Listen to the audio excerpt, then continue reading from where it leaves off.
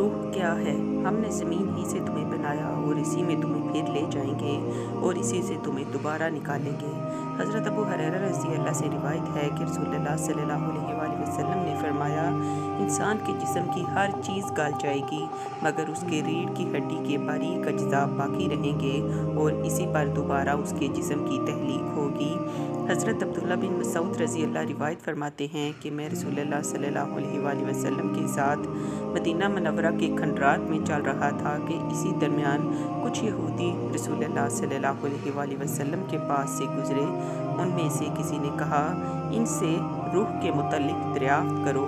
कुछ यहूदी बोले, इनसे कुछ मत पूछो वरना शायद वो कोई ऐसी बात कह दें जो तुमको गरां गुजरे और तुम्हें पसंद ना आए। लेकिन उनमें से कुछ यहूदी बोले, हम तो इनसे रूह के मुतल्लिक ज़रूर पूछेंगे। चुनाचे उनमें से एक आदमी रसूलुल्लाह के पास आकर खड़ा हुआ और कहा, ए अबुल कासिम, ये रूह क्या चीज़ है?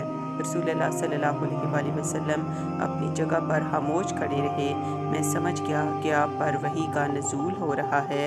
मैं चुपचाप खड़ा रहा।